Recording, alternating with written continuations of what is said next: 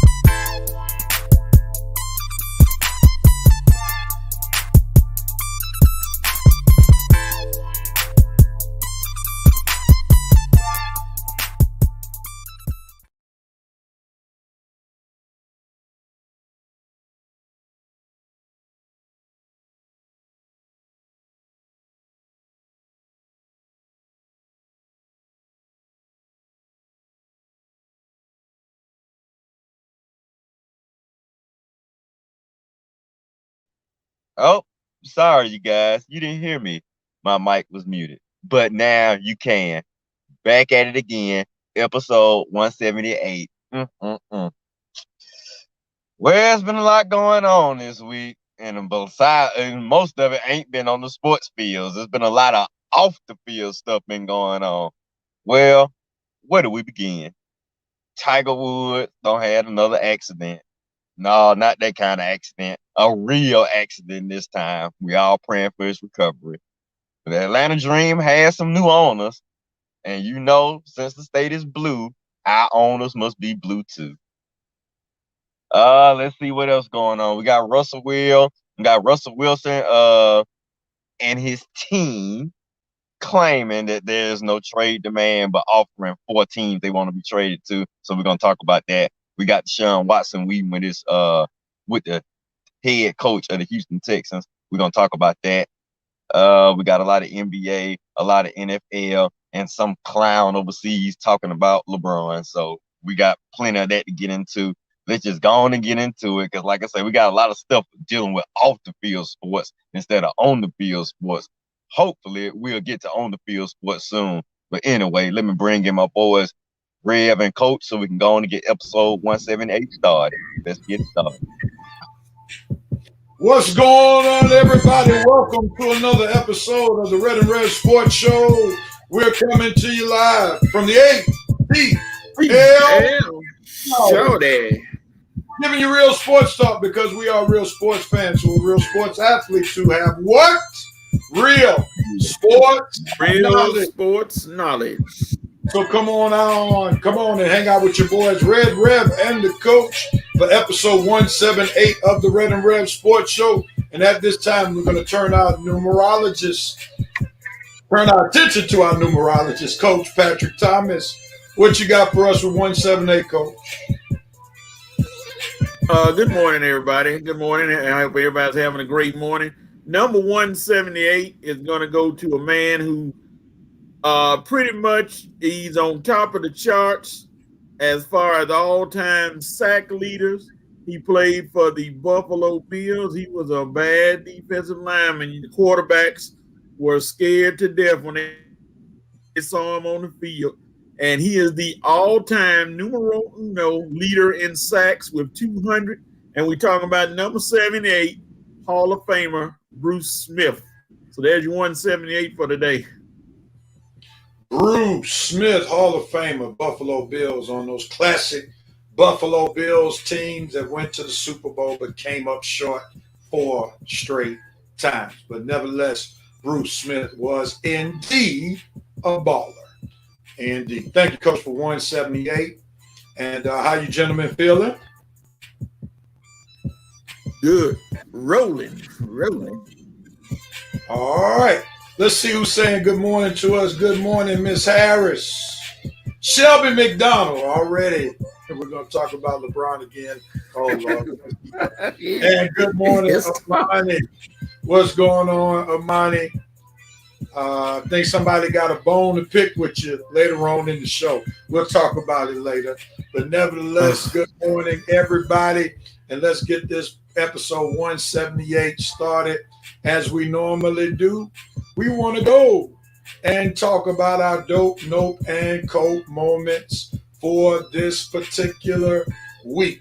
So let's get right on into it, my brothers. And we'll start with you, Coach, as we're doping, noping, and coping. And we'll encourage your fans to dope, nope, and cope with us by posting their dope, nope, cope moments. And we'll read those moments after we finish ours. What are you doping on this week, Coach? My dope moment goes to my boy, my dog, Russell Westbrook. And I'm going off the court because he did something, doing something that's going to be big time. He is building a middle school and high school in his hometown. He's putting up the money to get it built. They think it's going to be built in the next year or two. So my dope moment goes to Russ Westbrook, my dog, for getting those new schools built and giving back to his hometown. Russell Westbrook.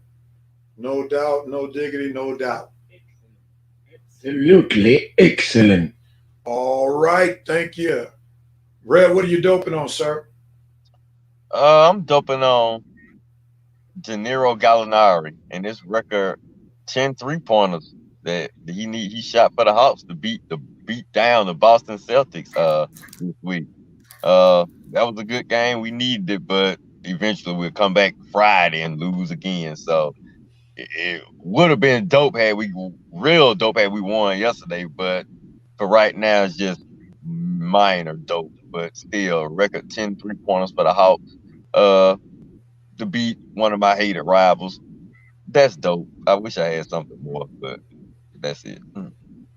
Oh, yeah. All right, and you all know if you paid attention to any sports news this week, I have to be doping on one Chris Webber, who will be starting a course at my alma mater, Morehouse College, called Activism in Sports and Culture. That is next level, and Chris Webber is preparing the next generation of activist athletes for the 21st century. So big ups to the Michigan Wolverine, bringing his talents, bringing his knowledge, bringing his activism to my alma mater, Morehouse College, in the form of a sports course. So you know I'm digging that.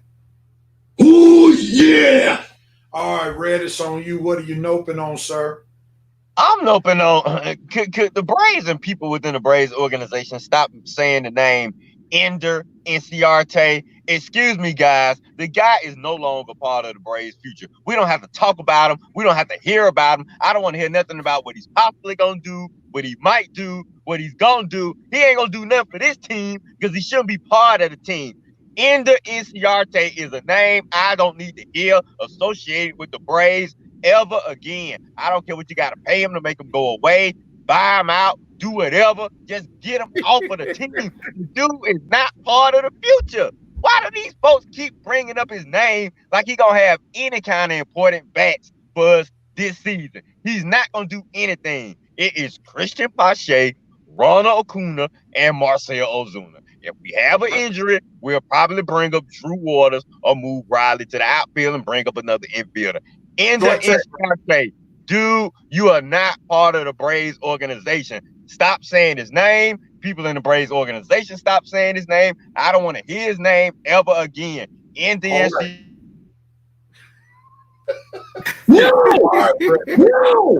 No. That woke you up real quickly. You were somber, but then you found your energy real quick, fast, and in a hurry. All right.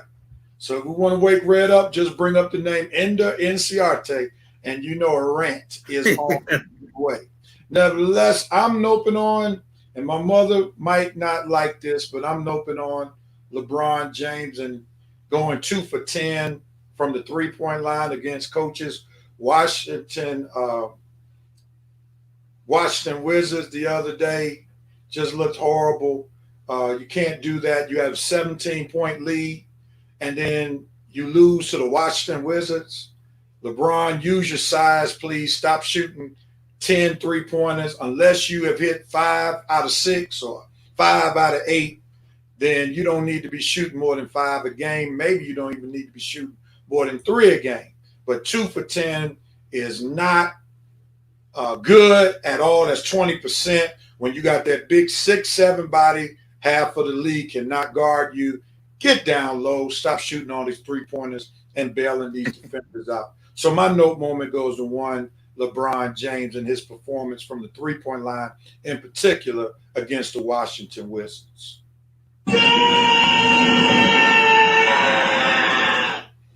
Coach, it's on you, sir. My note moment goes to the G League, or whatever happened in the G League as it refers to Jeremy Lin. It was reported that someone labeled him or called him on the court China virus or coronavirus. And come on, y'all. Have we been reduced to little kid stuff like that? Come on, man. The man trying to play a game. He has nothing to do with that. And for whoever said it, he said he didn't name any names. And whoever said it, trying to get a joke off or trying to get his head, very, very poor taste considering what this disease has done to America.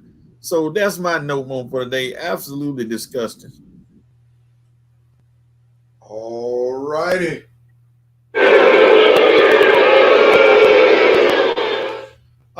Let's go to my cope moment. And I'm coping on the fact that there's a strong possibility, as we'll talk in just a few moments, that we'll never see Tiger Woods play in a professional golf tournament again. We do send up prayers to Tiger, but I'm coping on that because as an African American, golf was not definitely a game that black people played.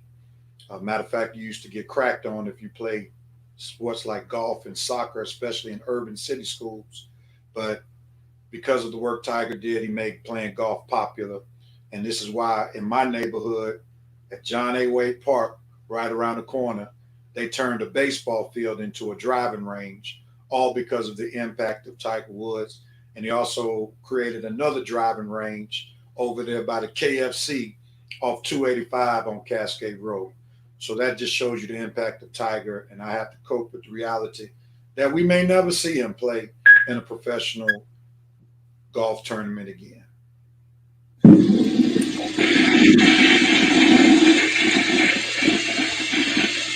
Coach, what are you coping on, sir?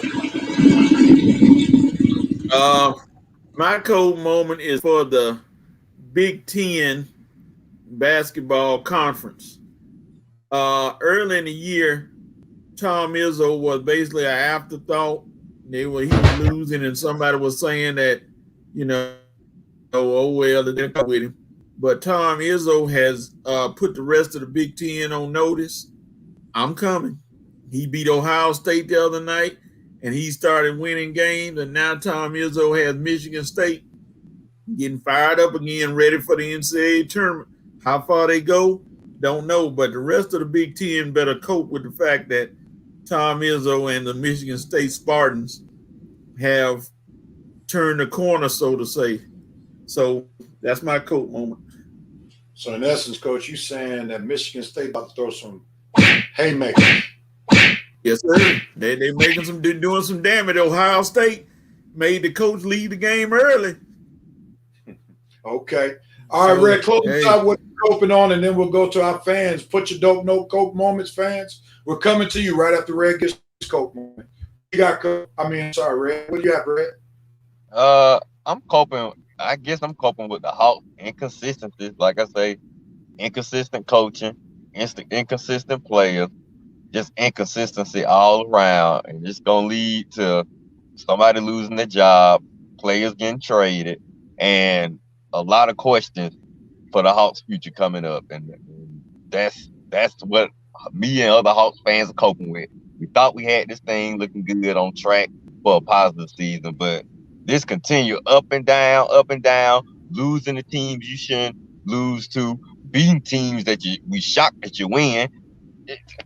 Sorry, it's not gonna work. It's not gonna work. So, like I say, Hawks fans still have to cope with. Once again, we still haven't found that winning formula.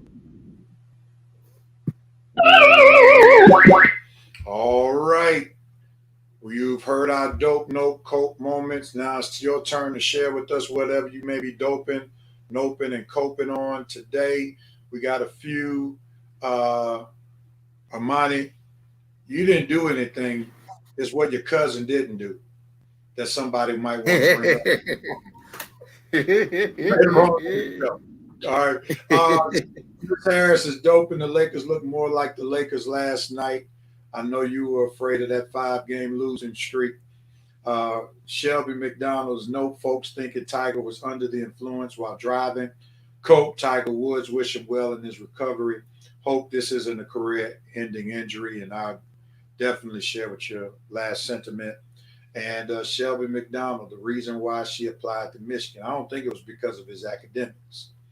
I think you had some other reasons why you might want to apply to Michigan. But nevertheless, we're moving on to Shelby's next step. Did we get a mute button? All right. We're going to pause right there and get ready to move forward. And since Shelby brought it up, let's go right into it, gentlemen. Let's talk Tiger Woods and his future, his present, and plus his future.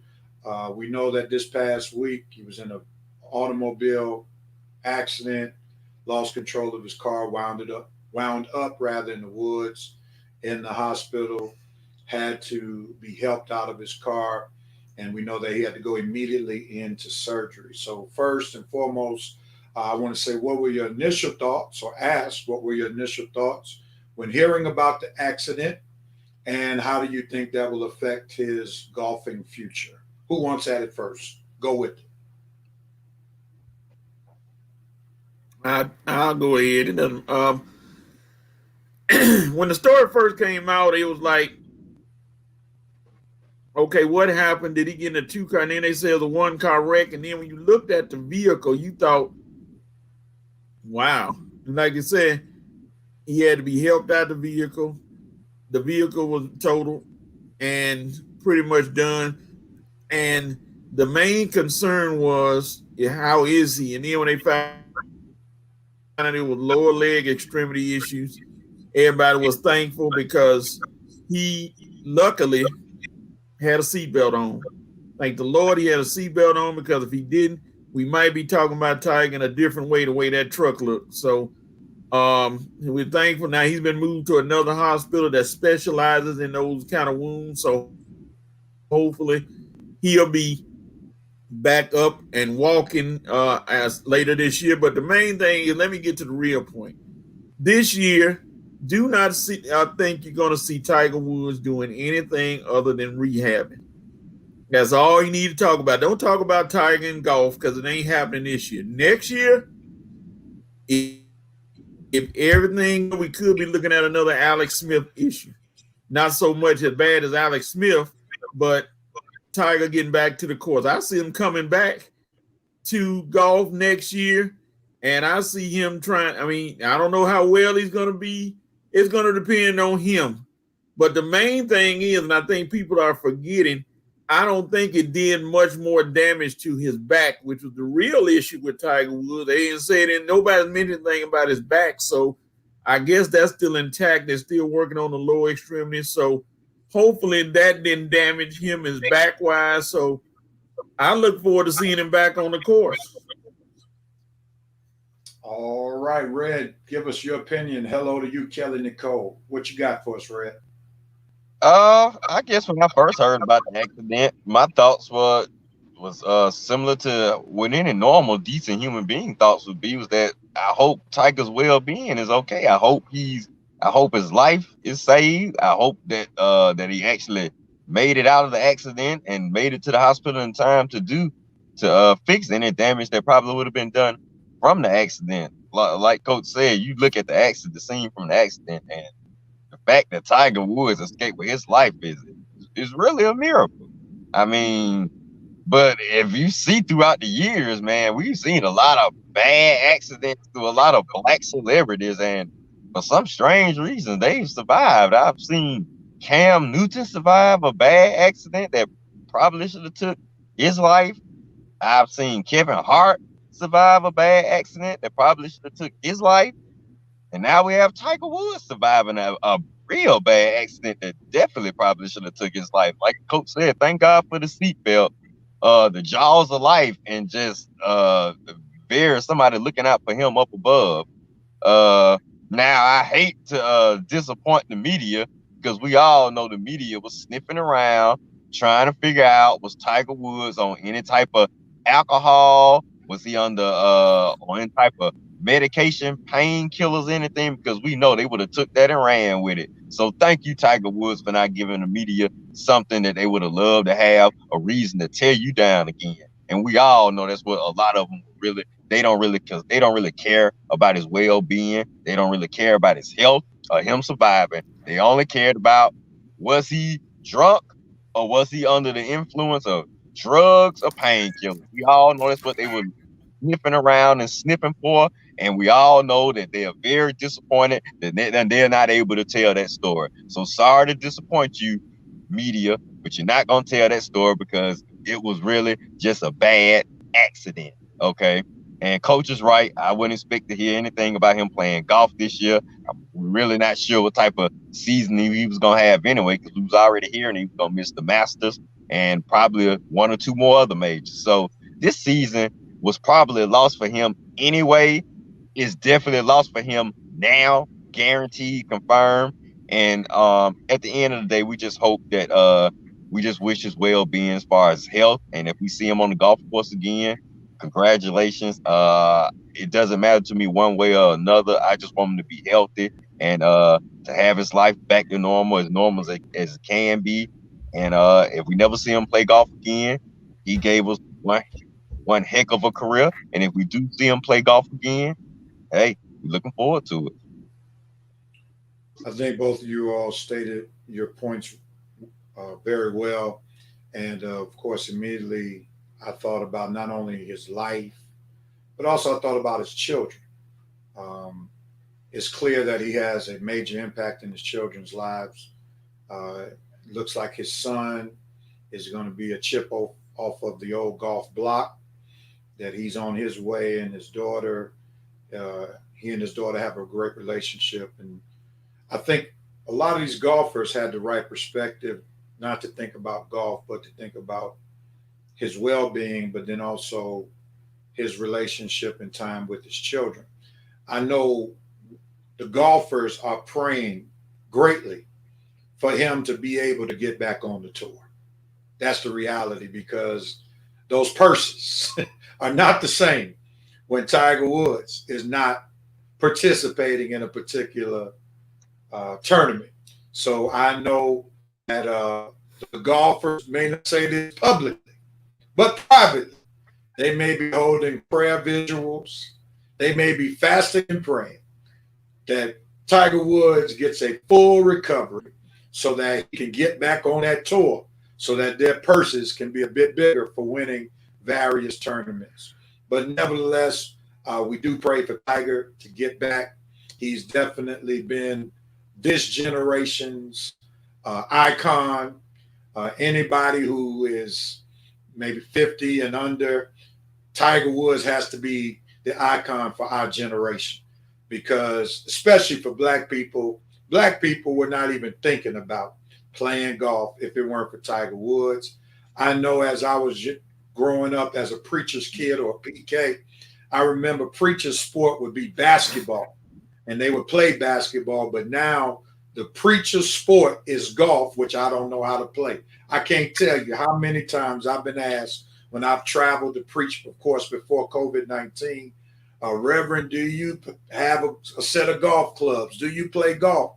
That is the new preacher's game, is golf, all because of one Tiger Woods. They even have golf tournaments at conferences because of at preacher conferences, all because of Tiger Woods. So one of these days I'm gonna get out there, either at John A. White on Cascade, and get into the driving range so I can learn how to play. But right now I'm getting my competitive drive from playing NBA 2K21. So that's where I am right now. Nevertheless, we do pray for Tiger, we pray for his family, and we pray for a full recovery.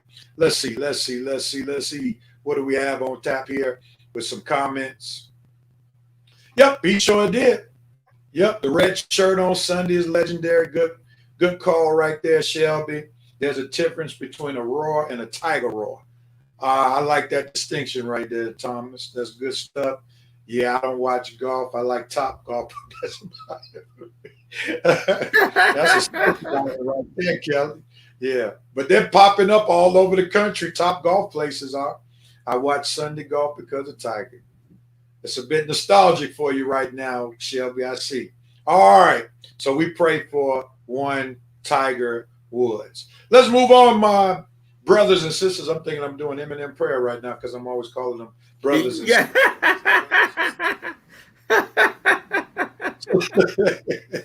Yeah, y'all are still my sports brothers and sisters. And let's move on real quickly to talk some football. And Kelly, I need you to stick around. Matter of fact, Kelly, if you want on the show with this topic, I'm going to send you the link. Because you know we got to talk about Deion Sanders' bittersweet coaching. You know we have to talk about it. After Kelly Nicole's JSU, Jackson State University, Tigers go and beat the brakes off Edward Waters College last Sunday, put up a 50 spot plus on them. The story was supposed to be on Deion Sanders' coaching debut and how they blew out Edward Waters. But the story was the post game, where Deion went before the press and acknowledged that his possessions were stolen during the game. He talked about more about the stolen possessions in the post-game conference than he did the actual game. So I'm going to start with SWAC's own Coach Patrick Thomas, who went to Mississippi Valley State, affectionately known as the Valley, to talk to us about what are your thoughts about Deion Sanders' bittersweet coaching debut. The victory was sweet, but the stolen, or let me put it in quotes, the stolen possessions was bitter. Coach, what were your initial thoughts? Well, I do know that Jackson State is located on Lynch Street, where thefts happen every 5 minutes. No, I'm just kidding. I won't do that to you, Kelly. I'm sorry. I won't say that about Lynch Street. But Deion, I mean, his team looked pretty good against Edward Waters Elementary. They looked real good. They came out there and did what they were supposed to do and drag Edward Waters, who is more about probably doing debates than football. And, you did what you're supposed to do to a team like that. You drag them up and down the field and beat them. Now, the thing about the stolen stuff, like somebody said, and I'm not down in Jackson State, but I'm down in Deion. Deion, handle your business outside of the camera. You're doing too much prime instead of your time. You put all that out there on Front Street instead of just, deal with that first. And then if it becomes an issue, then you talk about it. Don't throw all that out there. Talk about your team. Your team had to shine that day. That's where the shine should have been. Coming out there, executing game plan against Edward Waters Elementary and beating them. Leave the shine there. Don't put the shine on your stuff. It not had nothing to do with you. Come on, stop get it off you. Everybody, you trying to make this all about you. Your team is the shine. And I'm gonna leave it alone because see, I could go further, but I'm gonna leave that alone. Not Edward Waters Elementary. Yeah, man. That was a good game for him to start the season, to get a victory and show that he can coach. They look good. Like I said, I'm not gonna deny they look, but they were supposed to play Valley, of course, but then we had the COVID-19 issue come up at Valley where they had to postpone the game. So now their next opponent is going to be Grambling. Now that's going to be one of those games that's going to tell us. Hold on, Coach. You got to give us a SWAC, the whole schedule. Hold up quick. Sir. We're going to get Red's bittersweet comments real quickly. Yes, sir. Yeah. All right, hold tight. You ready to? We already need to get Coach started with a SWAC show on the Red and Red Sports Show page. Coach, I'm charging you to get that going so the SWAC lovers can come holler at you on our page. But Red, go with it, man. What are your thoughts about Deion Sanders' bittersweet coaching debut? Yeah, Coach. Coach was really about to get started, man. So we definitely got to give him his own SWAC moment. I'm kind of going with Coach on this, man. Yeah, Deion was doing a little bit too much crying after the game. I put it on my Facebook page, like, dude, you trying to get an Emmy or something? I'm like, focus on the win. Your team won. Let the policemen do their job. I mean, your cell phone and your wallet got stolen. Okay, file a police report. Let the cops come in, investigate, do their job. But we don't need you playing Perry Mason, all law and order, or doing the press conference. When your team had a big time victory like that, talk about your players, talk about the coaches, talk about anything but your cell phone and your wallet getting stolen in the locker room. I mean, geez, Deion, you don't turn the press conference into an episode of NYPD Blue, man. Come on. But like I say, it was a great coaching debut for Deion. I'm very proud of him. Like I say, we all know this is the first step into probably a coaching career that's probably not going to end at Jackson State, but it's going to begin at Jackson State. And I'm kind of disappointed they're not going to play Mississippi Valley State next because I know me and Real probably going to take some pot shots at Coach on that one. But hey, Grambling is a good second game. I know that's going to be a good one. So like I say, I'm very proud of Dion. I'm very happy he got a big time victory in his debut versus the elementary. Yeah, that was a great one, Coach. Elementary school. I was gonna say, man, most of these colleges, if they named after someone, they not. They must be cupcake schools. But Coach, you killed it with the elementary school, man. I'm not gonna even try to go after that one. It's the elementary school. So we'll see. We'll see what elementary school that they play next week. And like I say, good debut prime time. Just don't spend too much time making your press conference an episode of Blue Bloods.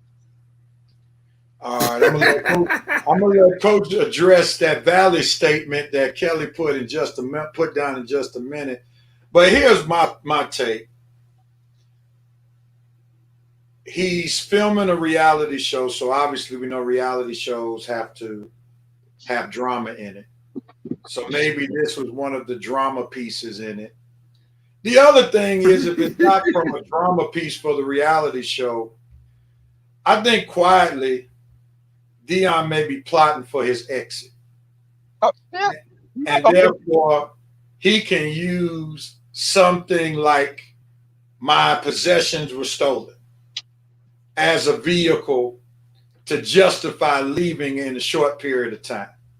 So I think Dion has 1 foot in and 1 foot out.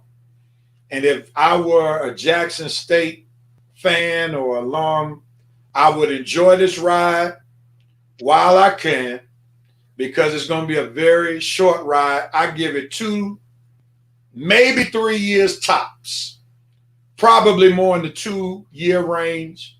And it may be after the 2021 fall season that he may be looking for another job. Yep. And another job will be looking for him. But nevertheless, we'll see what happens. And I just hope that we don't see this type of drama every week. And like Coach said, Dion could have handled this better. The focus should have been on the kids, period. Anything that was stolen, and this may sound cruel, but it's replaceable because of Deion Sanders' money. So we don't need to make stolen possessions the main story. Because he could afford whatever was stolen plus 20 times.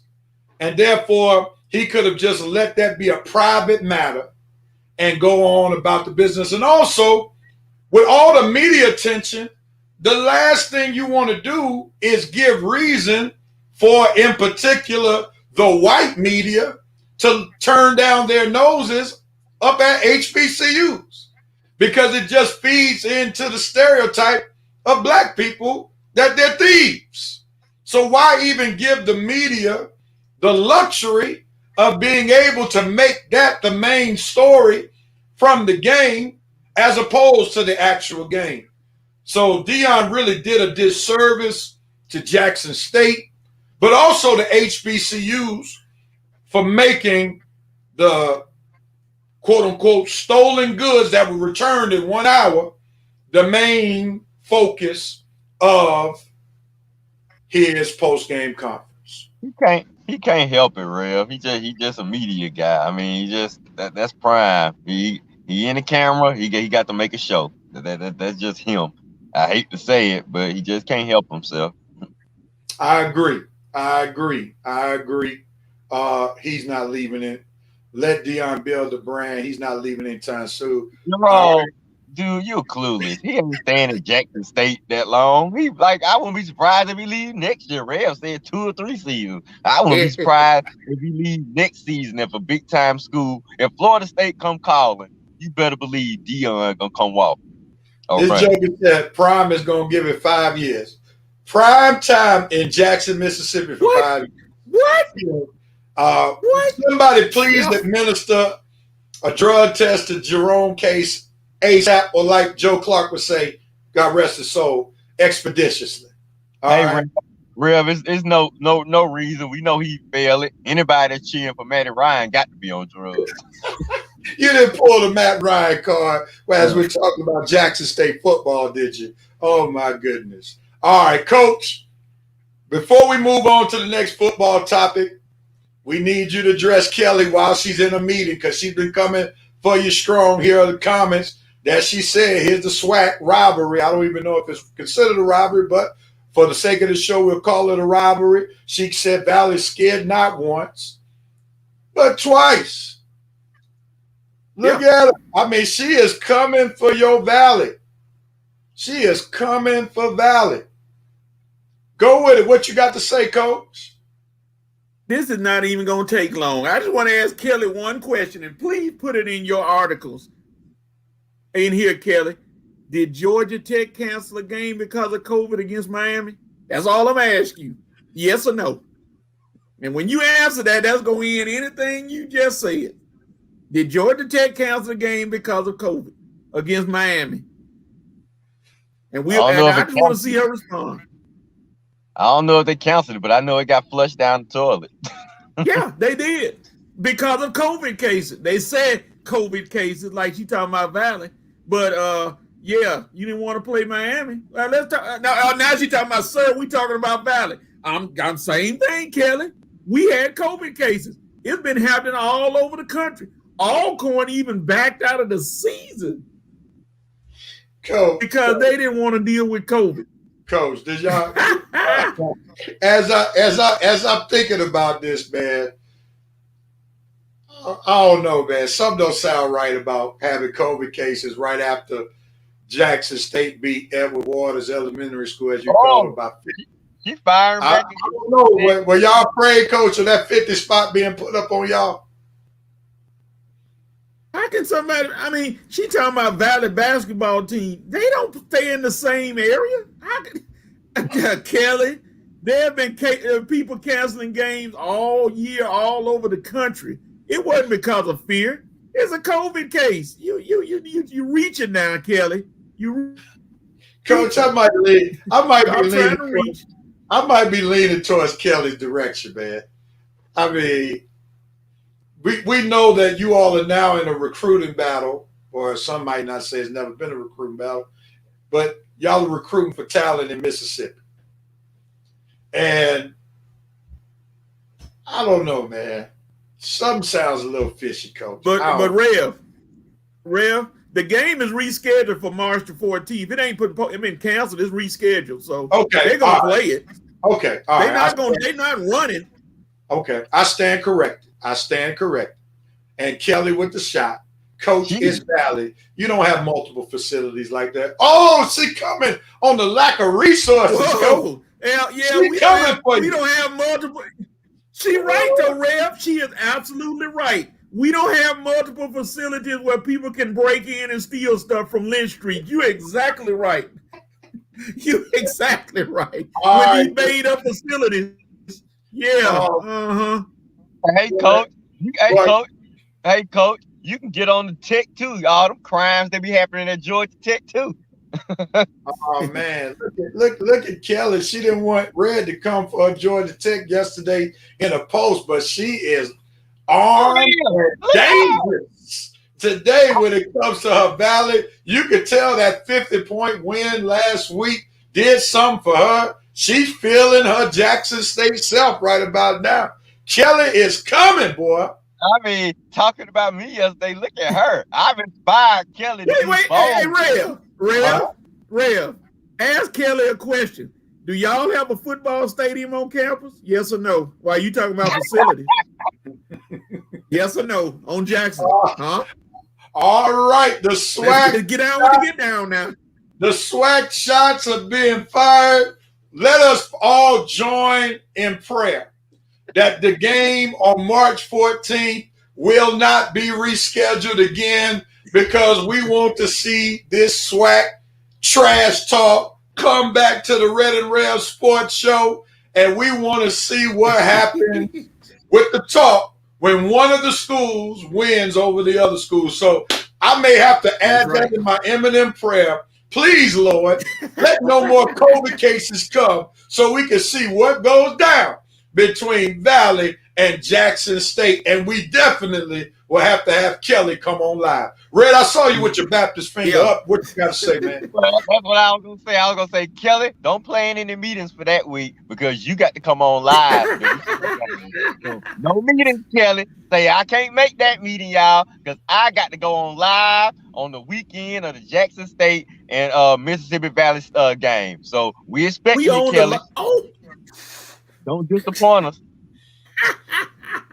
Go ahead, Coach. You want to make whatever? Go ahead. Whatever. You own the largest stadium. Whatever. It ain't even on campus. Y'all can't even put a stadium on that little bitty campus you talking about. Come on now. At least we got a stadium. Now, try that, Kelly. Y'all own that. It's gonna be must-see TV right here, but I can't wait to get Kelly. My mother said, "Are they renaming the show Playing the Sports Dozens?" Look at it going back down the day. Oh my goodness. JSU will assume everything from the stadium to the core campus. And to the police department.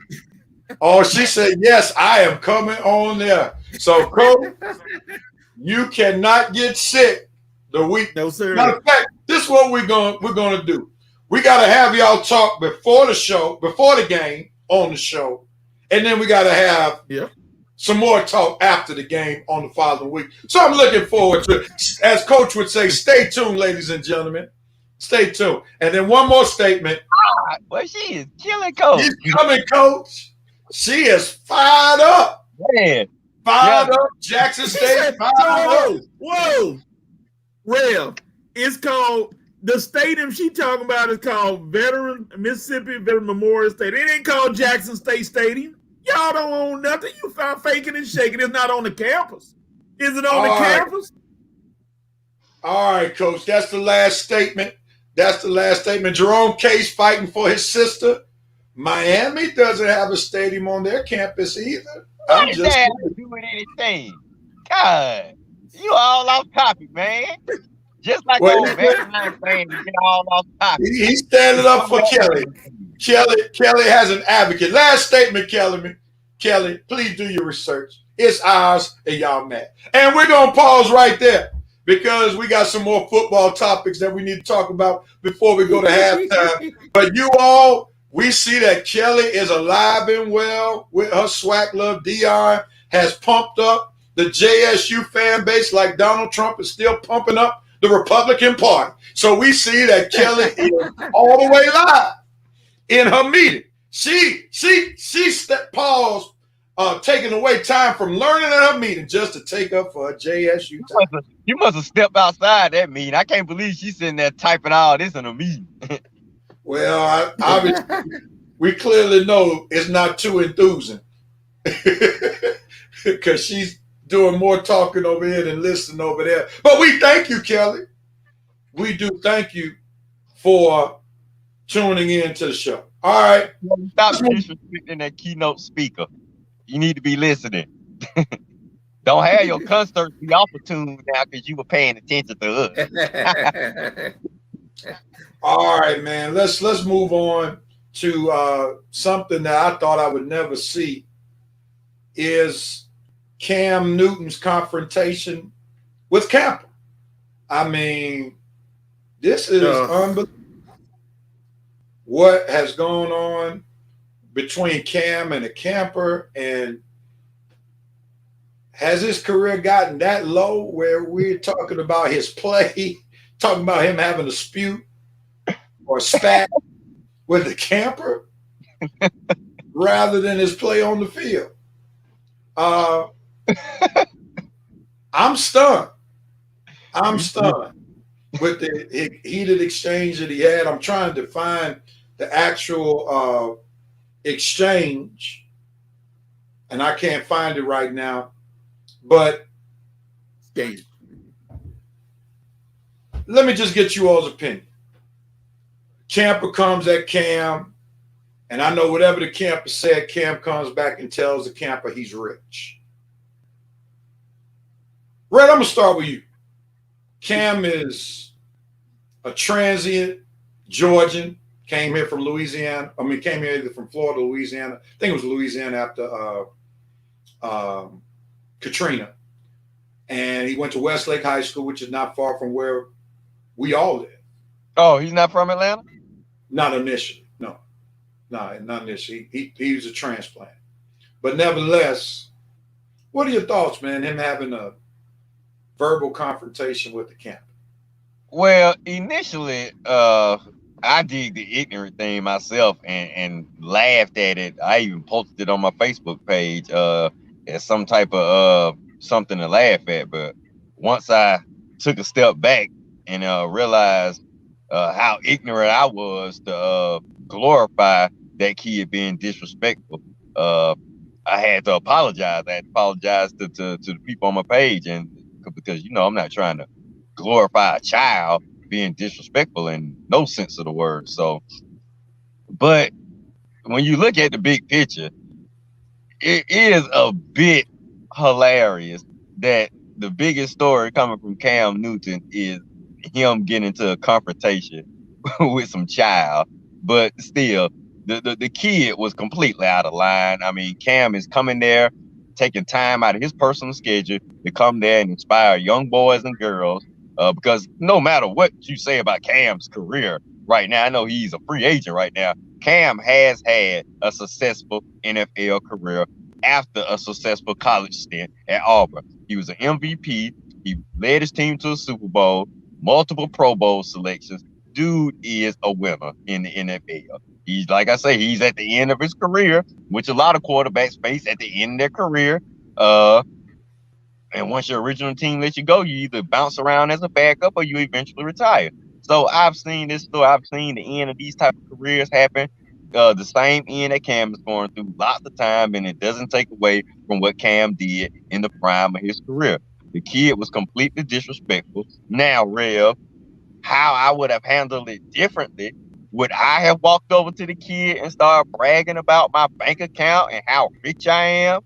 No, I would not have done that. I personally, that kid would not have mattered to me that much to where I'm going over there saying I'm rich, blah blah blah, blah blah. Look, that now Cam is kind of looking like you're fighting ignorance with.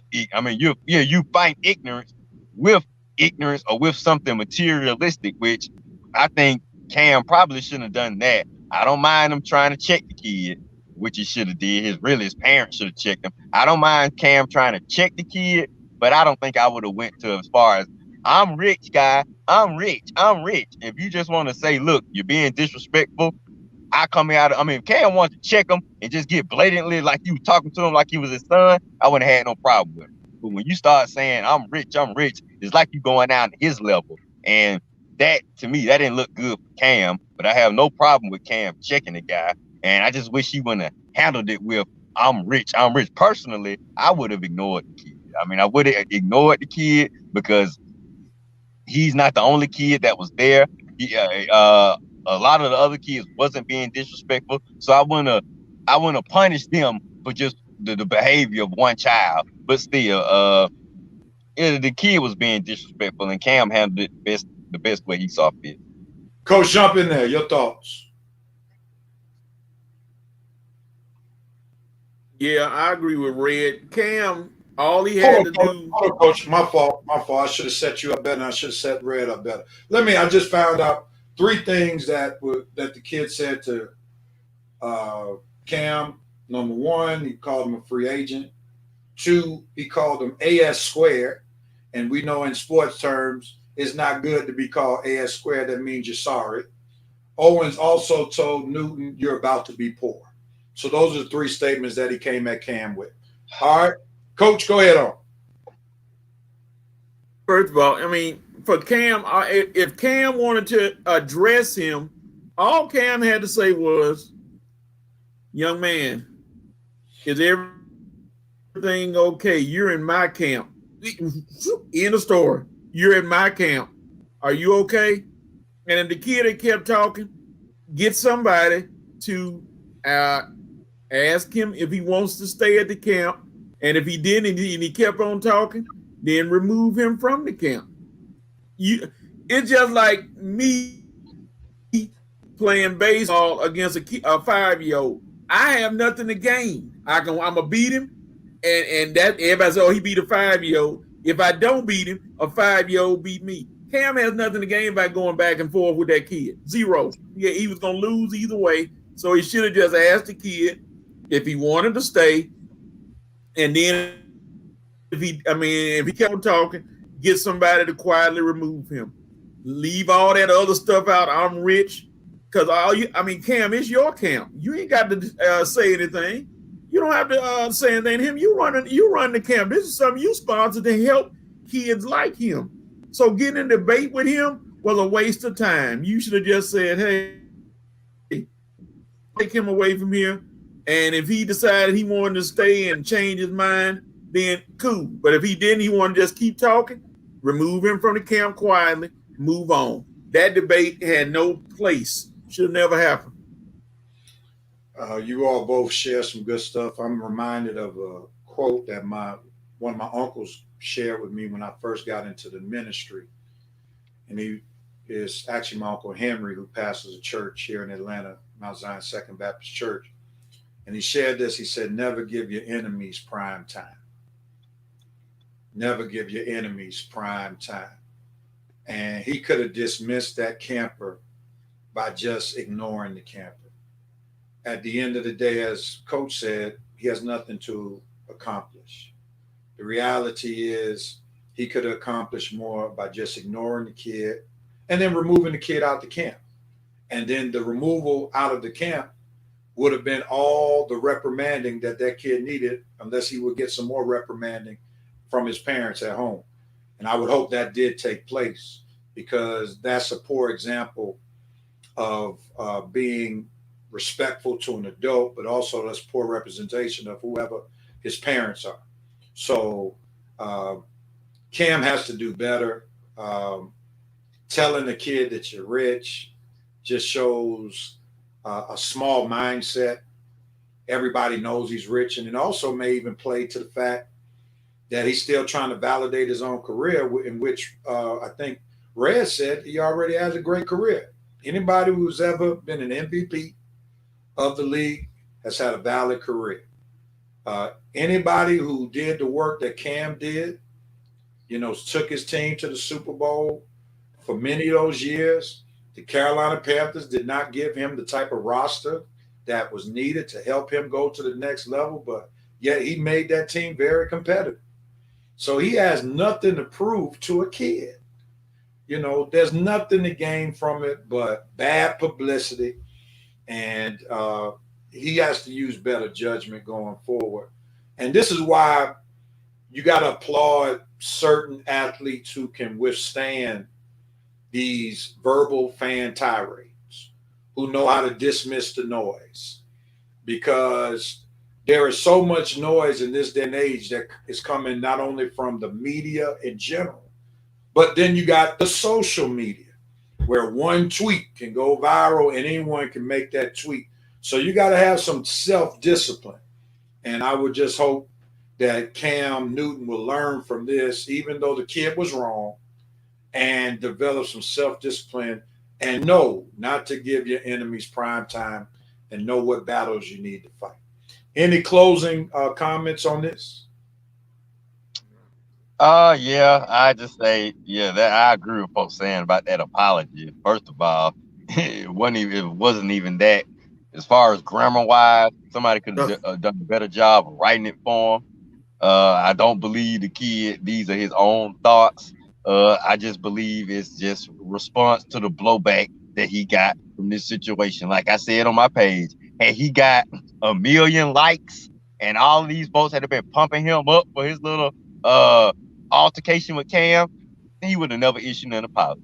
He issued that apology because of the negative blowback he got from that situation. He never in a million years thought people were going to call him disrespectful. This is what he thought. He was going at an NFL player that folks would be considered a scrub, and he thought he would pump his own name up by going at Cam. Sorry, but it backfired on him. All right. And thank you all for sharing your comments, and also the fans sharing their comments as well. Let's move on to two. Hey, Rev. Yes. Rev. On another note, I just want to say I personally feel sorry for the kid, like Red said, because now you got to go out and play ball somewhere. And if you don't live up to what you said, this is gonna hurt you negatively all through your life because people are gonna be shouting at you. I bet you thought you was good as Cam now, don't you? I mean, stuff like that is gonna follow him. Unfortunately for the kids, you made yourself. I haven't heard his name. I don't even know his name, so I want to see if he's gonna be out in recruiting in high school or whatever, and people are gonna remember him and gonna see how his career turns out. So unfortunately, like Red said, the blowback is gonna hurt the kid more than Cam. Yeah, and it'll be interesting to see what happens with that kid. Real quickly before we go to halftime, we have 2 more quick football topics, then we'll talk some basketball. Real quickly, your thoughts. Will Russell Wilson be given the desires of his heart? This past week, it was reported that he has 4 destinations on his mind. 1, Las Vegas, where the Raiders play.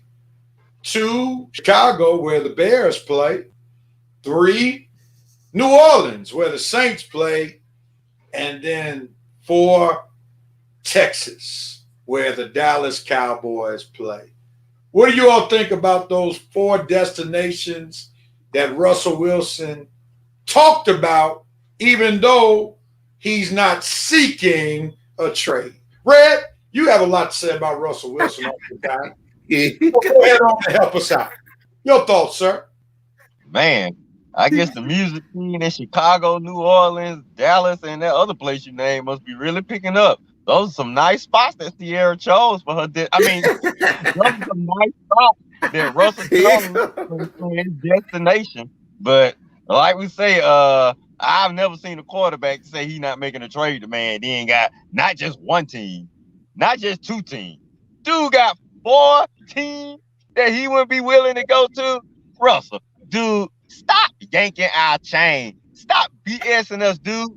You are making a trade demand. All right? Simple as can be.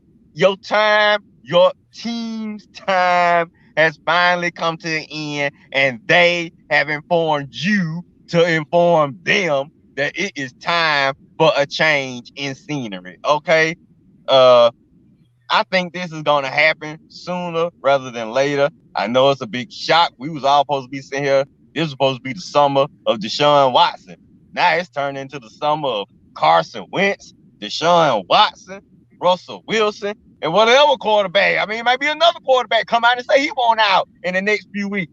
Like I say, this quarterback carousel, it just keep turning and turning and turning. I sure hope Sierra is happy with her new. I sure hope Russell is eventually happy with her new destination. Oh man, this right here. Oh my goodness, this is classic right here. Shelby can't take that man seriously until he gets past that fit. Oh my goodness, that Vincent came for old Russ talking about Sierra trying to get a show in Vegas. Boy, they are coming for one Russell Wilson. Coach, jump in there, man. Your thoughts about these destinations that he has in his mind? Somebody said that it may come down to a battle between Russell Wilson leaving and Pete Carroll leaving. And they say if that's the case, Pete might have to pack his bags if it's a conflict between him and Russell Wilson. They're saying Pete Carroll might have to pack his bag. And I'm like, really? But I'm with a lot of people who if anywhere I can look at these cities, I know somebody talk about Chicago got good eating. He ain't going to New Orleans. He ain't going to Dallas. He would go right to Las Vegas because it's like everybody said and Red done said it 100 times, it's for Sierra. She can get a lot of shows in Vegas. In a store. All right. That was short, quick, and in a hurry. Does Shelby says does Sierra have Vegas catalog? I know this. I know if I'm Oakland, if I'm Las Vegas, I bet they better not sign Derek Carr to a long-term extension. Not when you got this Russell Wilson situation going on. They better try to get Russell first. Then if you can't pull Russell from Seattle, then you give Carr his extension. But not before you try to get Russell there. Boy, they coming for Sierra and Russ on this. Y'all. This just beginning for her.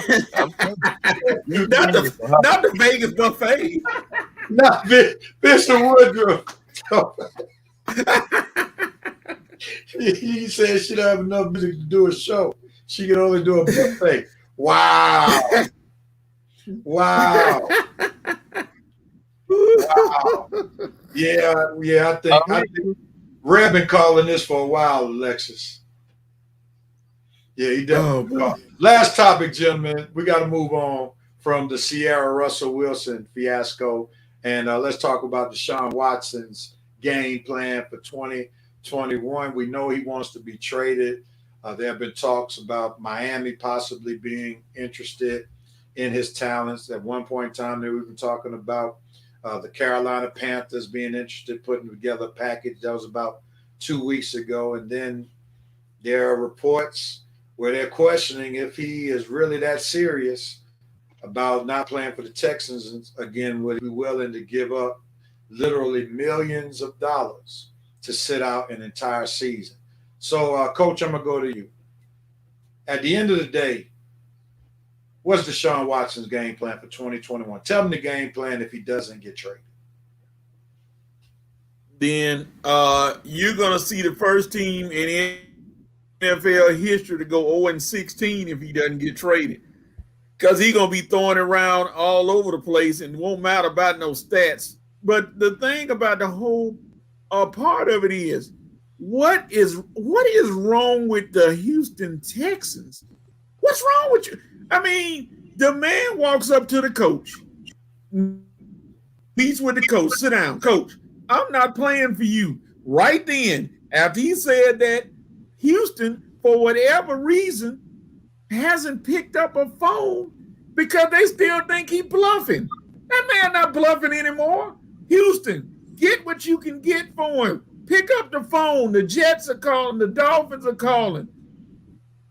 Alabama, the Crimson Tide, somebody calling. They want to make a trade. Get some value for the man. He does not want to be in Houston anymore. Stop playing around, not answering the phones. Pick up the phone and make a trade and get it done. All right, Red, jump in there. You want to know something? The funny thing I heard this week is that Houston is so adamant about not taking phone calls about this trade that teams are just sitting back, leaving their offers via voicemail. So Houston got a whole voicemail of messages with GMs leaving their trade offers over the phone. Okay, Mr. Back there, here's what we offering for us. We'll give you this, we'll give you that. Just call me back so we can finalize it. What?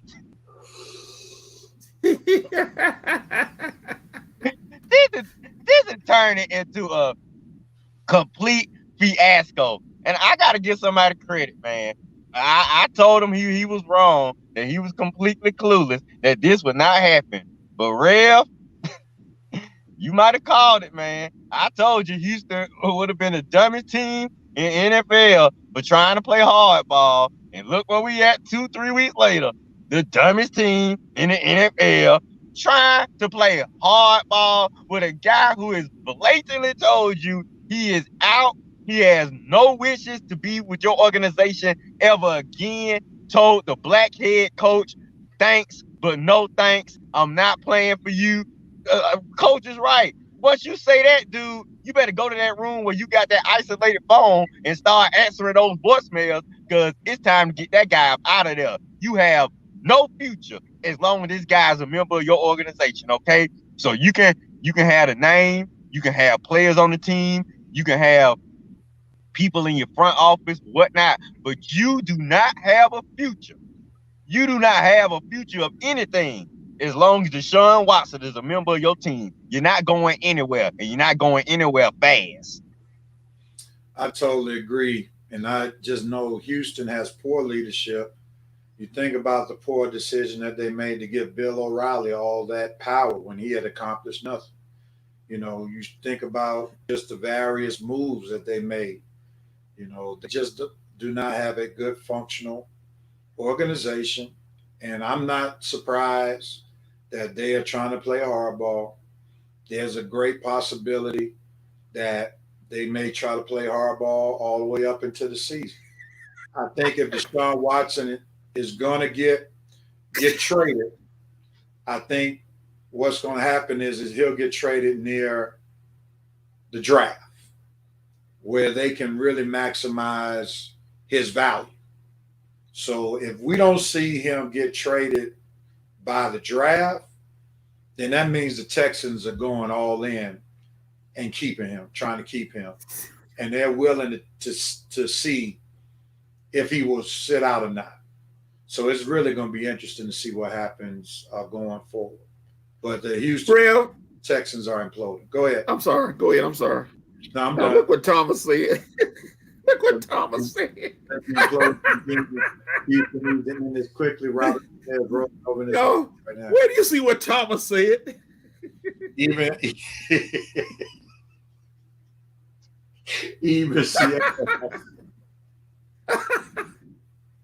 no pun intended. Oh my goodness. Thomas with the wit of the day. Oh man, oh my goodness. That's a good one. All right, we're gonna go to halftime after that one. That was pretty good, Thomas.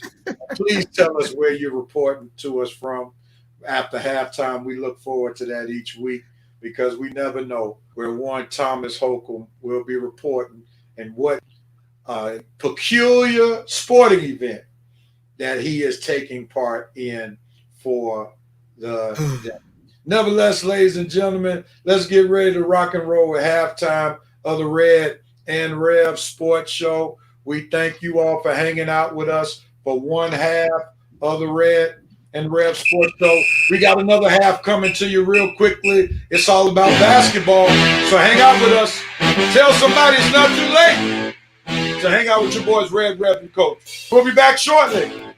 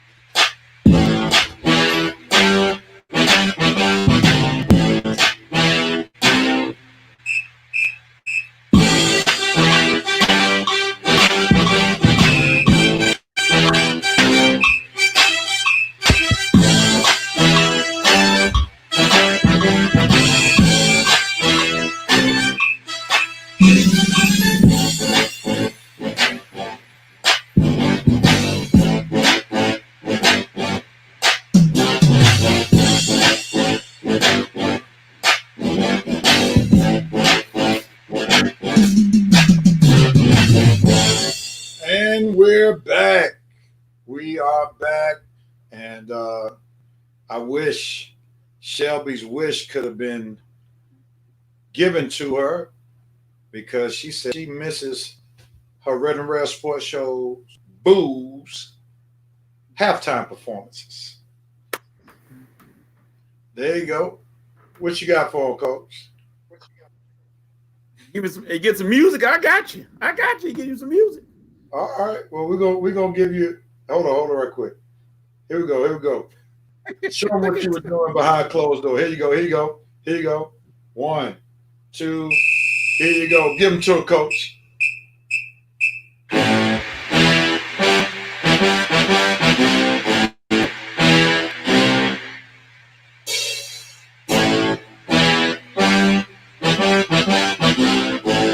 All right, we gotta get you a better internet connection because you're freezing. You look like you going okay. I froze. And the running man. Pros. So we're gonna have to pause that, man. You just literally froze while you were doing the running man. So we have to. Oh, Lord. we got a little slow motion on that, didn't we? Yeah, I mean, we were in slow motion and fast. I was like, and Coach ain't got no special effects over there, so that's clearly the internet connection. So we got to try that another time. And they looking for your bars, Mississippi AOL stream. Hey, boy, Vince will be coming for you. I'm so glad I got out the last place doghouse on the show because he was coming for me hard when I was in last place, man. Vincent right there be dropping it on people, man. Hey, Thomas got a new event, y'all. He got a new event. Did he post it? Yeah, he just posted it, real. Go back. Yeah. You just poor Harmony Trout seat. Oh my goodness. Oh boy. That's Thomas Oakland, boy. In South Fulton County. That's not far. So he's in town, ladies and gentlemen. He's in the metro area. And Vincent said he loves you even though you got Mississippi AOL, Coach. Shelby asked for not an AOL CD. We going back in time. My. One magazine. Joy that we have from our fans on the show. Y'all help this show what it is, and we're so glad that we have this kind of interaction so that we can enjoy you all's comments because we have some talented fans, but also some very witty fans as well. And that always helps to make this show be what it is. All right. Vincent Woodruff, you know what post you need to put up right now because, we're talking basketball. Here we go.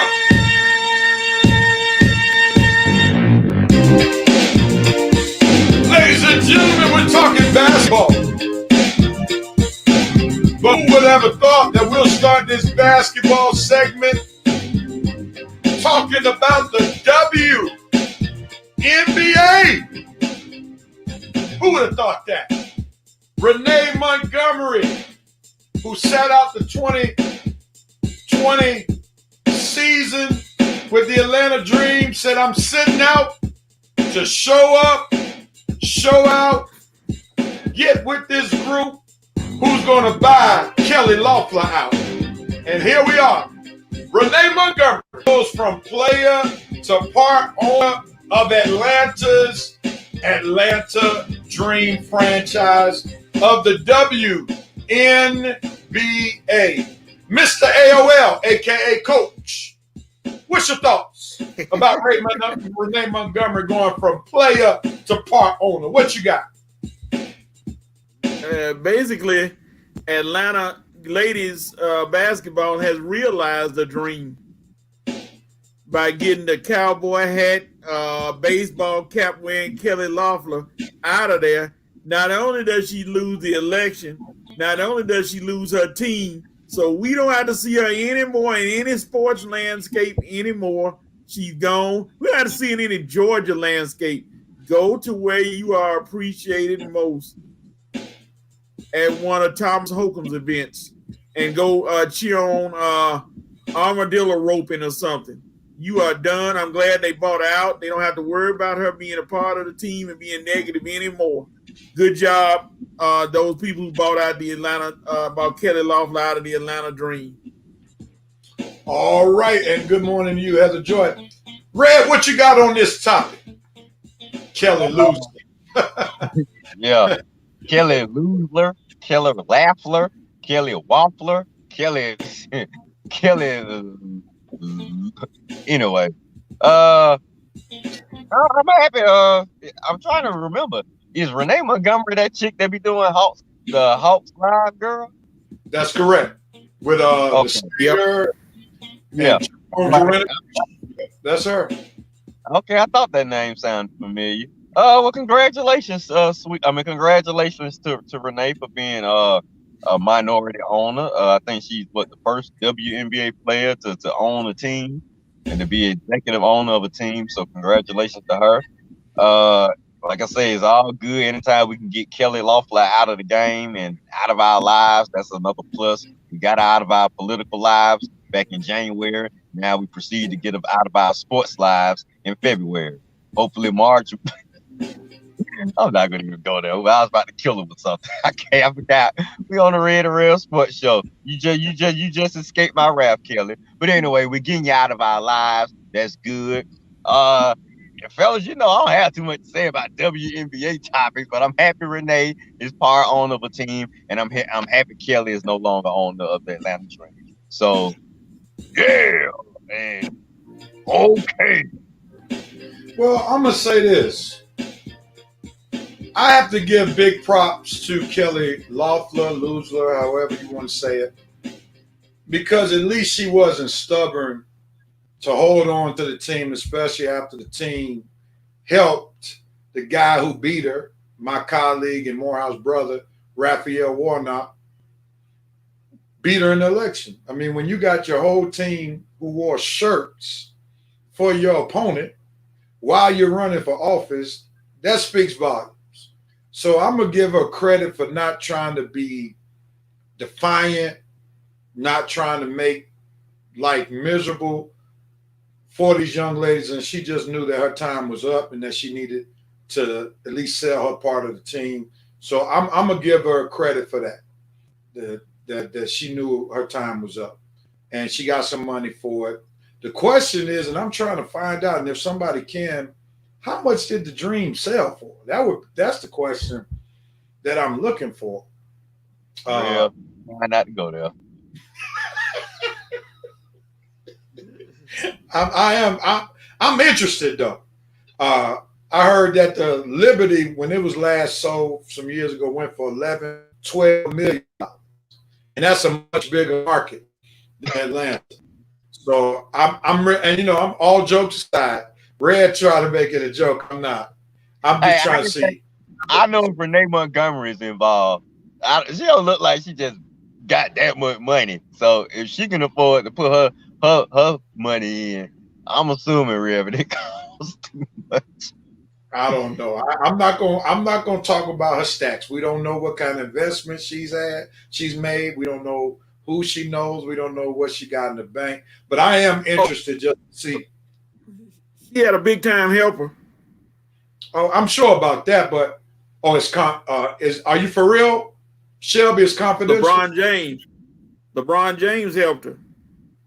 Did he? Yeah. Well, LeBron could probably buy the whole WNBA if he needed to. Well, yeah, you're right. LeBron helped. Don't tell her how much. I mean, helped. He probably gave her the whole fee. Probably just gave her a loan, and now she got to pay LeBron back. But you know what? That's a power move right there. That's a power move right there. And if LeBron did help her, that's what's up. To help empower our sister, because LeBron already is a part owner of one of those soccer teams overseas. Was it Liverpool? I think he's part owner of one of those soccer teams. And then you got Patrick Mahomes just became a minority owner of the Kansas City Royals. So you got a lot of these athletes who are jumping in, becoming owners, and that's what's up. And that's why I like what Chris Webb is doing at Morehouse to, not only be activists, but I'm sure you'll help them out with business management as well in some form or some fashion. Go ahead, Red, before we invest their money. Well, they need to invest their money instead of out there spending it on BS. Yeah. Now, Thomas, I hope you saying it was $40 million and not $40. $40 million? No way. Was it $40 million, Real? I can promise you that. I don't know if it was $40. The whole league ain't worth $40 million. I mean, they don't. Maybe. And it's not trying to throw shade on WNBA. The reality is, it's just not a moneymaker. If it weren't for the NBA, the WNBA would be out of business. It's not attractive even to a lot of women. I mean, we're just going to be honest about it. You said the WNBA is not attractive. Oh, okay, my bad. The WNBA is not attractive. Yeah, see, look at you trying to put words in my mouth. Look at you trying to put words in my mouth. You ought to be ashamed of yourself, Auric Red Rose.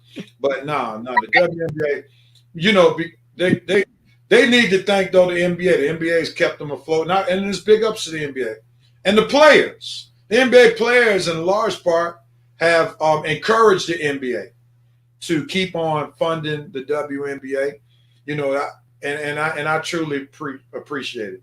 He said, "See, Jerome, see, this is a problem with y'all, man. I'm trying to have a serious conversation. The WNBA is attractive. They got some attractive women. That's a lie. Yeah, they got some attractive women out there. Coach, let's leave it at that. Let's leave it at that, Coach. Let's leave it at that. They do have some, and I'll just put it at that. And we don't want to get in trouble. We can say our remarks another time. But I'm talking about the league. I'm not talking about the women who make up the league. You can think they're attractive or not. I'm just talking about the league and viewership and support, financial support. It's not that attractive. But indeed, that is Black history. Sister Williams. And we have to say big up. She pulled a power move. And big ups to her. And Shelby, there you go. Your boo, your sports boo coach is putting you in timeout. Oh, look what she said. My bad, Shelby. Look what she said. She put you in timeout. And look at Jerome talking about the 80-20 rule. We're going to move on from the WNBA. But big ups to Renee Montgomery becoming part owner of the Atlanta Dream. And I need to play a sound bite for that. That is dope. That is dope. Winning. You, baby. Yeah. All right. Big up. Coach, what game did you watch? Stop. That's the last one. What you mean? What game? What game? What WNBA game did you watch recently? I watch them all. I watch all. But the Seattle, Connecticut game was big time. You had some good shooting in that game, and both of those teams played. And it came down to where Seattle pulled it out. Now you got some athletes out there that can ball. Some ladies, they can ball big time. You just have to watch. I know what a slanty is, but you have to watch it like I do. I watch a WNBA game too because I want to make sure I see what they're talking about. They ain't gonna ever be to the NBA. Of course, that's just common knowledge. They don't have a broadcast publicity as the NBA. They're not global. They ain't gonna ever be global. So they just got to do what they got to do. But now you know the reason that the ladies come watch the NBA. That won't be the reason that the guys go watch the WNBA. Oh my God. And we're gonna move on. Here we go. We're not gonna have this conversation. The NBA All-Stars have all been named. We're not gonna do this, Redrick. We're not gonna do this, Redrick. All right. Let's move on. We're not gonna do it. The NBA players have been named, and we see that eventually the selection will take place. Or did they? No, they'll have the draft show on Thursday, March 4th. And the starters were named, and we have the reserves. The reserves have been named. You have Anthony Davis, who will not be playing in the game. I think Devin Booker has taken his spot already. You have Jaylen Brown, first-time All-Star from the Boston Celtics. Paul George, as Red would call him, Pammy George, from the Los Angeles Clippers. Rudy Gobert, James Harden, Zach LaVine, Damian Lillard, Donovan Mitchell, Chris Paul, Julius Randle, wow, Ben Simmons, Jason Tatum, Nikola Vucevic, and one Zion Williamson. What are your thoughts about the All-Stars that have been named? Anybody slighted?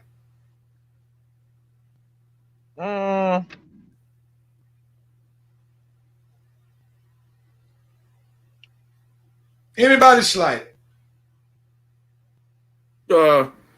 Probably Colin Sexton. I won't say anything else. I'll slide right on by that, the Colin Sexton thing. But thank you, Shelby. They added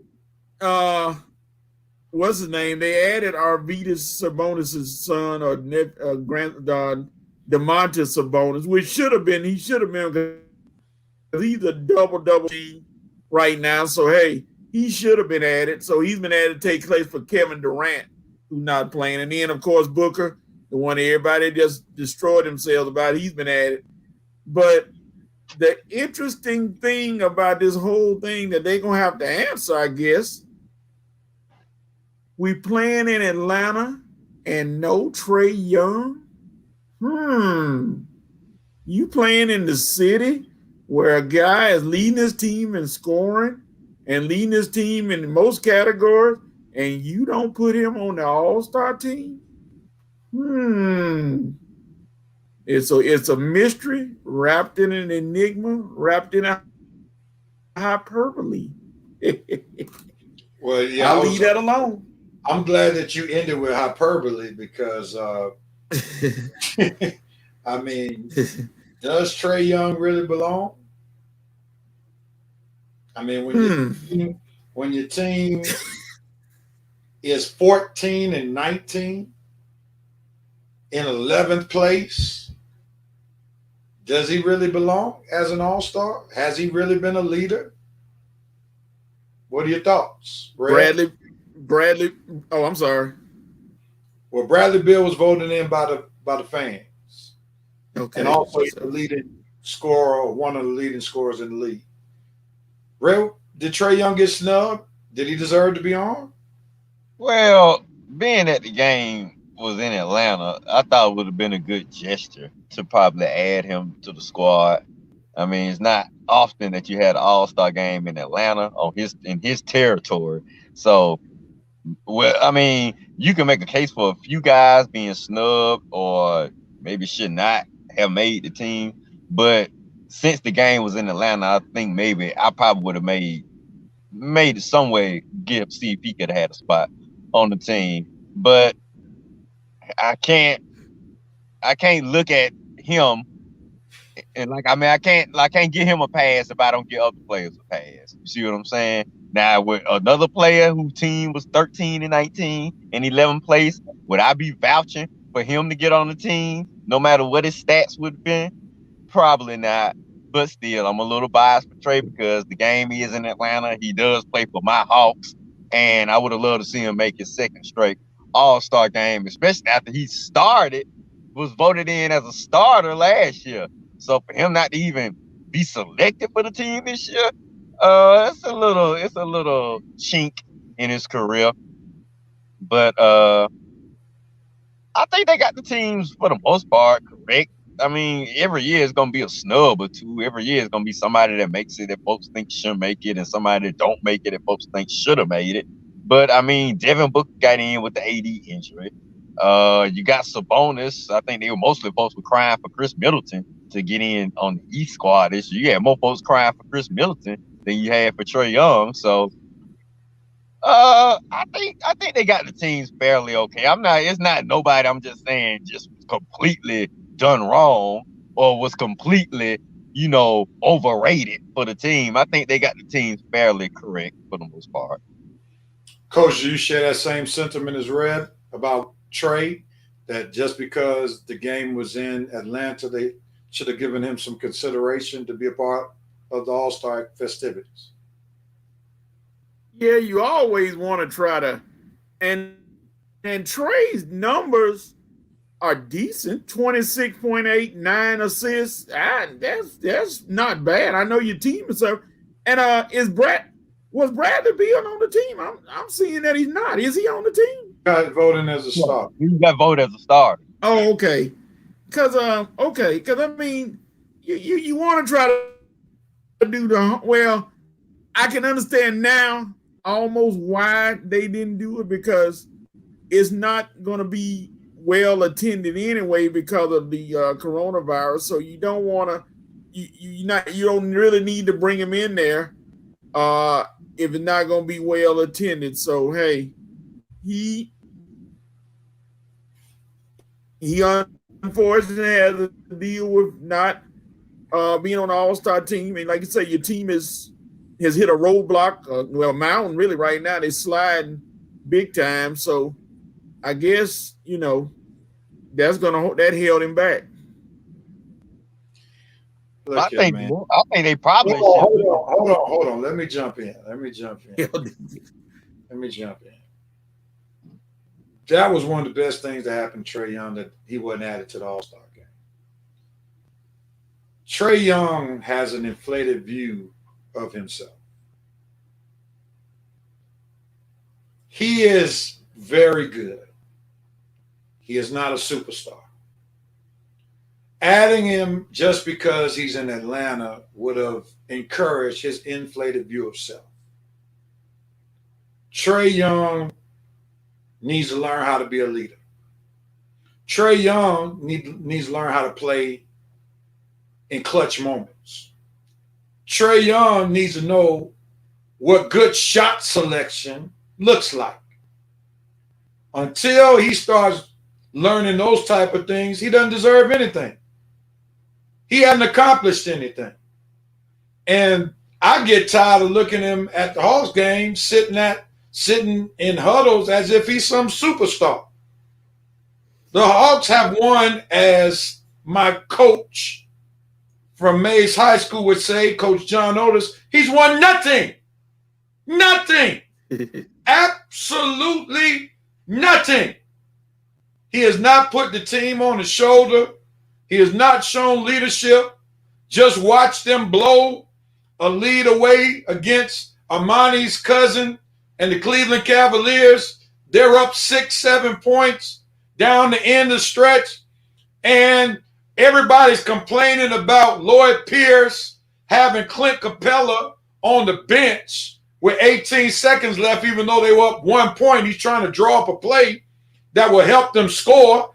You don't draw up a play for a putback. You draw up a play for somebody to score the bucket. That's why Clint Capella wasn't on the court, because he's not a scorer. He's a putback artist. But if Trae Young had handled the team better, had led the team better down the stretch, the Hawks wouldn't even been in that type of situation. So leave Trae Young off the All-Star. He doesn't deserve it. He hasn't done anything to uplift the Hawks. He hasn't done anything to let us know that he's fully deserving of a max contract, even though we know he's going to get one. Let him prove something. Let him show he's a leader. Let him upgrade the play of all of his teammates. It's cool, throw up a few alley-oops per game. It's cool, hit a few three-pointers almost by half court. But 14 and 19, what does that do? If the season ended today, the Hawks wouldn't even be included in the new format where they take the top 10, where you have the play-in game between 7 and 10 and 8 and 9. We're almost at the All-Star break, and the Hawks are 14-19. Granted, the Hawks roster has been decimated by injuries. Hunter's injury has killed them. Cam Reddish is up and down with injuries. So Bogdanovic got paid and don't look like he's trying to play anytime any soon. Gallinari has been in and out. Rondo's been in and out. So the roster has been up and down all year long. And the Hawks' success was based upon depth of the roster. And because they don't have the depth, we are saying Trae Young is not the superstar folk are trying to make him out to be. He's solid, but he's not a superstar. And he doesn't need to be given treatment like the LeBrons of the world and the Steph Currys of the world and the Kevin Durants of the world. Prove that you're a leader. Prove that you can help the Hawks get to the playoffs. Then we'll start showing you some love when the All-Star game comes to Atlanta and put you in. But until then, you don't deserve to be in there. Sit at home with everybody else. That's all I got. Well, I want to thank Rev for successfully expanding on my cope moment for the day as far as with the Hawks inconsistencies. I appreciate that, brother. But now the question was the NBA All-Star game, right? Okay. But I think the way we can fix some of those problems is I heard this early this week. Why don't they talk about expanding the roster to 15 15 positions instead of the standard 12. I mean, I think that would maybe help a few of these guys making the team and not being snubbed. 12 spots to a team, I think they need at least 15 spots for each side. So maybe they can think about doing that, and maybe some of these players can stop whining about being snubbed every year if you have maybe 2 or 3 additional spots. I don't know if they would have helped Trey this year because like he still would have been behind Sabonis, Chris Middleton, and another guy probably playing good. So I agree with Rev. The Hawks' inconsistencies are driving us insane. But we all know who's gonna take the ball for that. But Trey, yeah, you got to step your game up, brother. That way you won't have to cry about missing it. Step your game up. Get the Hawks out of this losing record. Get us out of this rut that we in. I mean, you can't cry about missing the All-Star game when your team has a losing record. If the playoffs start today, you wouldn't be nowhere close to it. So I agree with Rev on that. All right, gentlemen. Last subject for the day before we go into You Have the Right. Soccer player comes for LeBron. Zlatan Abrahamovic. I don't know how to pronounce his name. No, man. Superstar soccer player. He basically says athletes need to stay out of politics. LeBron, he comes for LeBron. And LeBron basically said, I hear you, but I don't feel you. Red, since LeBron is on your team now, what are your thoughts about the soccer player coming for LeBron? I absolutely disagree. First of all, this soccer player is overseas. You're not in America. You have no idea about American life. You have no idea about African American life, African American culture, the things that a lot of citizens and people in the African American community expect and appreciate from their athletes, from their actors, from their people who have bigger voices than their voices can even attempt to allow to be heard. So no, I disagree 100% with this athlete. I hate that you have to put me in a position to defend LeBron super profusely, but I'm going to. LeBron off the court is one of my favorite athletes. I appreciate his activism. I appreciate his social activism. I just said that. Like I say, I appreciate his activism and everything he does for the community. That's one of the reasons I respect that more about LeBron than his actual basketball game. But his basketball game got me a championship last year, so I ain't gonna poo-poo on it too much. But still, we in the African American community appreciate everything LeBron does for the community, for people whose voices can't be heard, people who don't have as much as LeBron, people who have less than LeBron that he speaks out for. So no, I disagree with this soccer player. Dude, do me a favor, stay in your lane, stay in your country. Worry about what's going on over there. Don't worry about what's going on over here in American life, okay? Because we got this, okay? We got this, all right? The African American athlete got this, all right? We don't need your opinion, all right? They're doing exactly what they need to be doing. Giving back, giving their voices back, giving their resources back, giving their time back, and gaining the respect and admiration for everybody that supports them and appreciate them abroad. So continue, LeBron. Continue speaking out. Continue supporting. Continue doing what you do, LeBron. Don't listen to nobody overseas. Don't listen to anybody trying to hate on your off-the-court activities. I appreciate you. I respect you. And I'm not the only one that feels that way. Bravo, LeBron. Bravo. Coach, jump in there. Your thoughts?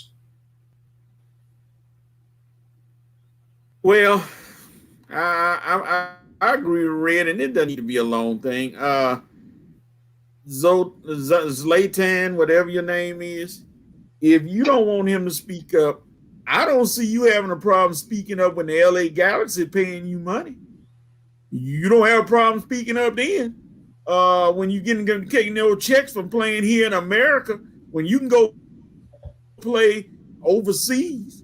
You over here trying to spend American dollars, and now you trying to tell American athletes, one African American in particular, what to do. Hey, stop coming over here playing for the LA Galaxy. Stay at home, stay in your country, and do your thing. Probably you saying that out of plain ignorance of what's going on or what has happened. I don't think he's done enough research on what is going on with African Americans here in the United States. And that's why his thoughts are of an ignorant person. He may not have done enough research. That's what I'm gonna put it on, because he don't seem to know enough about what African Americans have to go through in this country. Well, I don't need to state hardly anything else that you all said. I think Red definitely eloquently stated my perspective. And for a white person from another country to talk about American events that he has no real knowledge about, once again shows that white privilege extends beyond America all the way into other countries. He had no business to say whatever what he needed to say, as many of you all stated in the comments, as well as Red and Coach. He's not aware of what's going on in this country. So it is my sincere prayer that he just learns from his ignorance. I also pray that LeBron continues to do what he's been doing, because if the truth be told,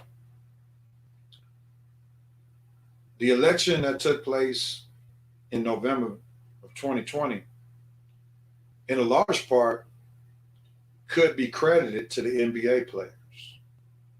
Because one of the things that we did not have to deal with were long lines, because in those inner cities, in those big cities, they got those arenas open.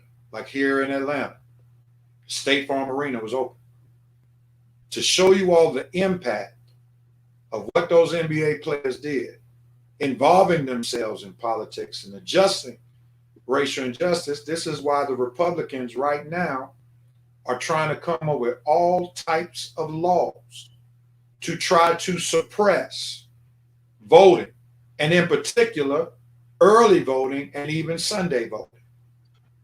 So we already see how the NBA players could be credited with some of the political victories that Democrats experienced in November. And we know that right now in the Senate and the House here in Georgia, they're doing everything and anything to try to take the Georgia vote back and to discriminate against Black Georgia voters. So we already see when athletes and entertainers use their influence, the type of change, positive change, that can take place. And we see that because they're involved and because they have the ability to influence culture is why some people from the majority culture who think like this guy in Sweden are trying to do everything and anything they can to try to change what they've been able to accomplish by using their voice and using their platform. So with that being said, keep on trucking, LeBron and all you other guys. Renee Montgomery, use your platform for the betterment of your people. All right, with that being said, let's get ready to close this bad boy out. We've had a great show, and shutting up is free. Minding the business that is yours is free. Thank you for that. I'm sure somebody's going to use that again. All right, let's get ready to close this show on out. It's been a wonderful 178. Has definitely been a good one, a great show. I'm looking forward to commenting on Red's post after the show. All right, you have the right to do what, when, where, and how. Who's jumping at it first? What post of mine after the show? What happened? You always post about great show. Okay, yeah. I started off. You have the right. Lakers, you got it right to keep this winning streak going, because boy, we've had a bad last week and a half, but hopefully the tide will begin to turn, starting from the win last night and moving forward. Yeah, we can't afford to lose too many now games, though. I'm not really worried because, like I say, AD's not there. We didn't have Dennis prior to last night. He came back last night and we got a win. So the Lakers, you have a right to continue winning and to keep solidifying our place in the Western Conference. And hopefully AD will be back. I don't know how healthy he'll be, but hopefully he'll be back in time for the playoffs and we can get started on this journey for Ring 18. So, good job. Coach, who has the right to do what, when, where, and how?